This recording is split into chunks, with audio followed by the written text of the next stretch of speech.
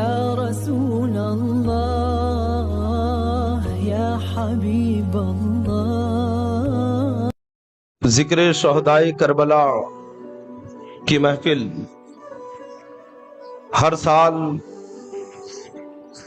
امین شریعت اکیڈمی کے زیر اہتمام شہر ناگپور کے اس مشہور و معروف علاقے گانجا کھیت میں منعقد ہوتی ہے، جو مسلسل 1 محرم سے 10 محرم تک جاری رہتی ہے۔ آج ذکر شہدائے کربلا کی پہلی محفل ہے،